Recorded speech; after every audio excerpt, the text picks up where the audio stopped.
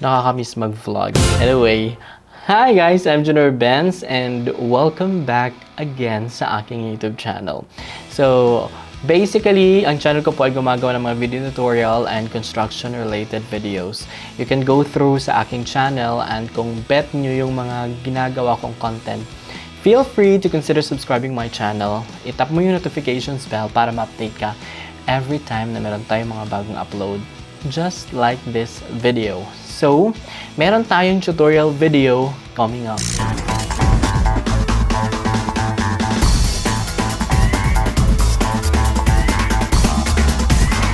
Alright guys, so ang ating ituturo for this episode ay kung paano natin i-calculate yung ating total area ng ating lupa. Base doon sa, kung meron kayong titled land, i-compute natin as sample, or kung meron kang nagpa-survey ka, binibigyan ka na ng technical description ni geodetic engineer or surveyor, pwede ka ring at least alam mo kung paano i-calculate yung total area ng iyong lupa. Pero disclaimer lang guys, si geodetic engineer or si surveyor lang talaga yung officially na pwedeng magsabi kung ano yung total area ng ating property. Itong purpose na to is for knowledge lang natin na meron tayong idea kung paano i-calculate yung total area. Meron tayong mga available mga formulas for geometry, for especially kung medyo hindi complicated yung ating property. Like we only have triangular shape or rectangular or square. We can maximize in solving the total area by using the formulas for that geometry. So ngayon, ang ating gagamitin for this episode sa ating tutorial ay itong double meridian distance and double parallel distance. Therefore, dahil kailangan natin mag-calculate base doon sa title, kumuha ako sa internet, nag-search ako at ito yung ating napiling gagamitin for this example. Meron tayo ditong best kasi meron tayong 8 points available sa ating example. Meron siyang information dito na meron tayong 8 points. Then, meron din siyang given na bearing angle and the distance. So yung first angle natin ay nasa north 16 degrees 38 minutes east with the total distance of 61.82 meters. And then, point number 2 is south 63 degrees 59 minutes east 57.66 meters and so on and so forth. Kasi dito sa title, ang ating total area is 3,000. Now, ang ating task ngayon or ang ating example is we need to calculate if it is 3,000 talaga. Para ma-visualize natin kung ano yung shape ng ating lupa, kailangan nating i-plot itong mga angle dito. So, hindi ko na ipapakita sa vlog na ito kung paano ko pina-plot yung mga points nito. Kung gusto nyo, nasa link on the description below. Pinaka-objective natin is makuha natin yung area. At ang ating double area formula is DMD times the latitude. And the other formula for double area with respect naman sa double parallel distance is i-multiply natin siya sa departure. So ngayon, paano yung calculation ng latitude? Ang latitude naman ay is equal to distance times the cosine angle. And then the departure is the distance multiplied by the sine angle. So yun yung mga formula natin utilize for this presentation. So ngayon guys, ay meron na tayong table dito na prepare wherein makikita natin ang points from 1 to 8 and the angle, bearing angle niya as well as the distance. So, ang ating objective dito ay to calculate the area, which is, yun ang ating sinabi kanina sa mga formula. To calculate for the departure, ang ating formula dito ay distance times the sine angle. So, pag-calculate natin yan, meron na tayong departure number 1.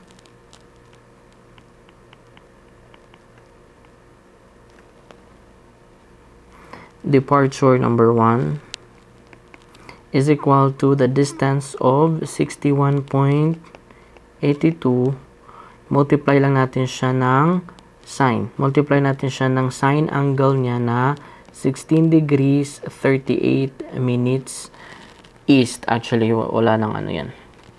So, ang ating value dito ay is equal to 61.82 times the sine 16 degrees and 38 minutes.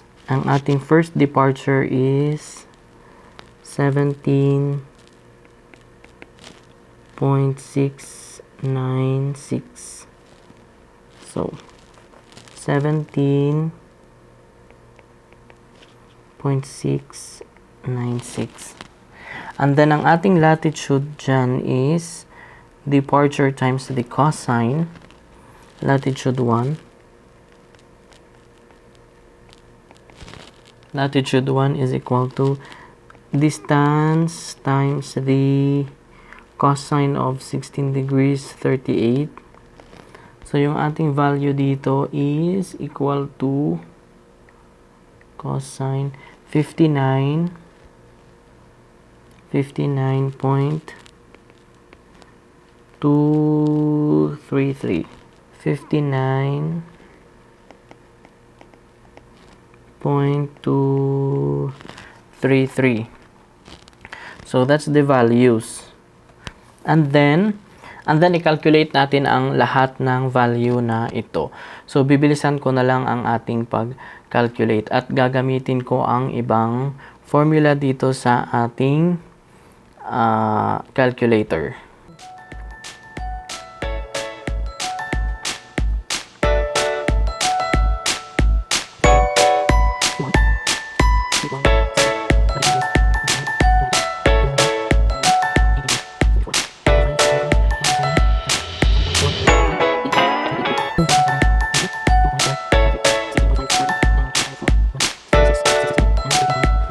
Pero we have to take care also guys yung sign convention niya. 'Di ba ito yung ating directions sa ating angle. So meron tayo ditong north, meron tayo ditong south, west and east. So ang value ng ating north and east is the positive angles. And then ating value for south and west are the negative values. Therefore, kung ang ating bearing angle dito ay coming from the north to east, therefore, when it comes sa kanyang latitude, positive ang kanyang latitude, pero ang kanyang departure is also positive. Kasi nga, positive siya dito. Ito, southeast, yung kanyang latitude dito, south, yung kanyang latitude dito is, latitude niya is negative. Therefore, ito ay negative 25.2. And then to east. So, ang kanyang departure is 51 positive. So, the same way goes dito sa south. South latitude is negative, then negative tong 8, negative 2, negative values 2. And then, dito sa west, negative yung west, negative yung west, negative yung west, negative yung west. West and west, negative. Kasi guys, if you notice, dito sa ating coordinate system, itong north and west, itong west and south is negative values. Kasi, yung ating latitude is, for example, itong ating point dito, number 1, we have 16 degrees and 38 minutes. So, pag i-plot mo itong north, kasi pag i-plot mo itong, for example, meron tayo ditong north, 16 degrees, 38 minutes, east. So, pag i-plot mo siya, ito yung ating north, south, west, east, north to east. So, 16. So, ito yung ating angle dito. So, kung i-represent, so kung i-extract natin yan, ang magiging angle natin dito is like this. So, ito yung ating distance na 61.82. Then, from this angle, ito yung ating departure value. Yung horizontal distance niya, at the same time, yung ating vertical distance is ating latitude. And then, ito yung ating departure value. So, dito yung ating angle na 16. 'Di ba?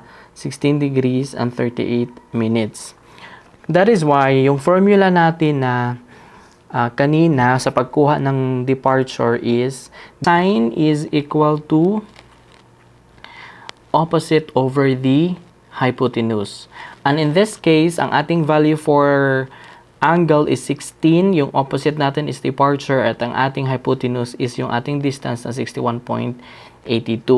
So, kung kukunin natin ang ating departure is, which is, ito yung ating opposite side, opposite side or the departure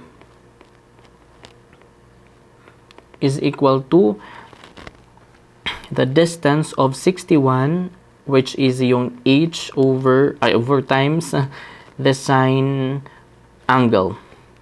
Therefore, with what's the value of our h is 61.82 multiplied by sine of 16 degrees and 38 minutes. So, yun yung ating value for departure natin or yung ating opposite side, which is yun yung ating kinalculate kanina, 17.696. So, ganun siya guys. Therefore, para makuha natin ang value ng DMD, ang ating formula for double meridian distance is, first, let's carry over the value of the first departure value. So, 17 point, lagay natin dito sa ating DMD, 17.696. Then, for the next DMD is, bali, ang mangyayari for the next value is, yung ating previous value from the previous point, which is a point number 1, 17.696, plus the value of the departure from the previous point also, which is 17.696, plus the departure value of that point, which is the point number 2, 51.817. Therefore, ang value dito is, this is 17.696 plus 17.696 plus 51.817. So, ang total value niya dito is 87.209.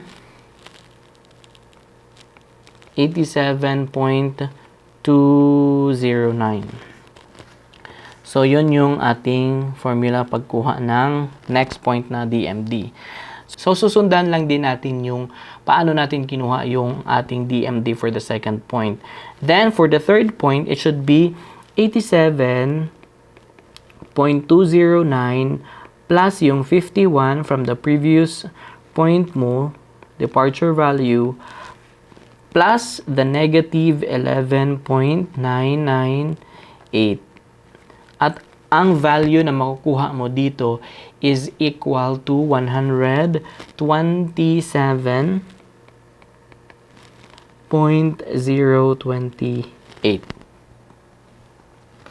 So, yun po yung value niya dito. Until susundan mo lang yung ating pattern, ito yung magiging value mo if you will calculate this. So, ilagay ko na lang dito. 36.633. So, yun yung magiging value mo for your DMD. Malapit na tayo for our area. Yung double area naman, with respect to DMD, pagkakuha natin dito ay i-multiply lang natin yung value ng DMD multiplied by the latitude. Therefore, i-multiply mo lang to, this one multiplied by this. So, yung first value natin, pag i-multiply natin yan is 1,048.19. So, i-calculate nyo na, multiply lang naman, di ba? Negative 2,205.69, 695.29. So, kung i-total mo itong value ng ating double area, kasi double to eh. Itong double value natin, double area value, pag i-total mo to, ang lalabas nito ay is equal to 6,000.44. I-divided by natin ito by 2, ang lalabas nito ay 3,000.22. So, pwede nang i-neglect natin itong 22. So, tama po yung nasa title natin na 3,000 square meter yung area niya. So, ganun po yung ating calculation for DMD. Ngayon, let's proceed with the DPD. So, yung DPD naman, ang gagawin mo dito ay the same pattern sa DMD, Pero ang gagamitin mo dito naman ay yung ating latitude value. So, yung ating first point ng latitude is 59. 59.233. And then,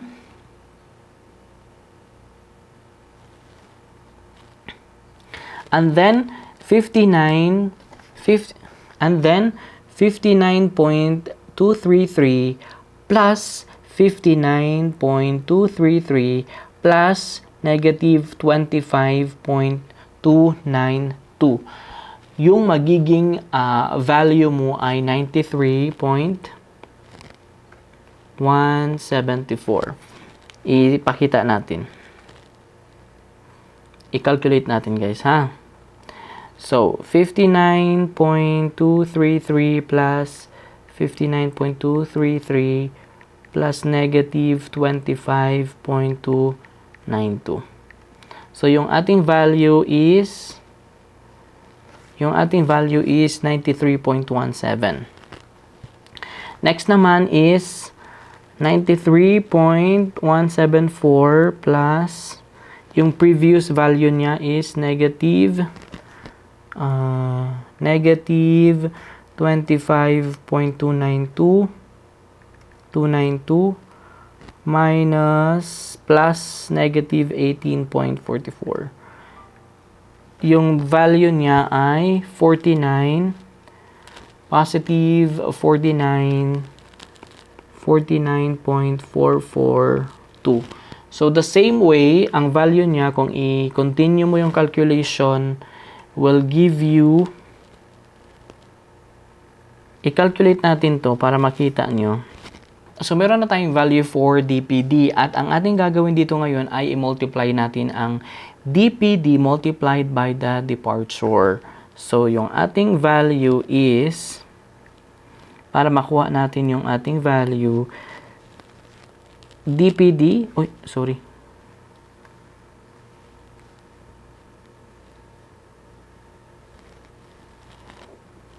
DPD 59.233, ito DPD, multiplied by departure value, 17.696. 1,048.187. Then, DPD 93.174 times 51.17, yung value is 482,797. Then, kung i-calculate natin yan, it will give us the value of negative 593.205 and then negative 117.761, negative 142.487, 72.375, 208.108, and then 697.22. So, kung i-calculate natin yan, sum up natin itong value na to, i-add up natin yan. So, meron siyang value na 6,000. This is equal to, sum up natin yan, 6,000.434. Actually, because of some values, so supposedly pareha lang yan sila to. Pero anyway, 6,000. Therefore, i-divide natin yan by 2 para makuha natin yung area. 6,000 divided by 2. Therefore, yung ating area is 3,000, which is the same doon sa sinasabi sa ating title ng lupa. So, 3,000. So, ganun po, guys. Medyo matrabaho siya, no? Pero kung alam mo naman yung niya, yung pattern, yung way, mabilis mo lang siyang makuha. So, that's it, guys. I hope na you learned something out sa ating tutorial. So, I guess that's it for this episode. I hope na you learned something out. If meron kayong question regarding the calculation, just follow me on my social media accounts, guys.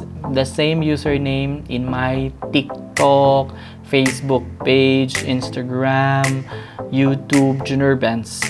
So, pwede kayo doon magkipag-connect sa akin.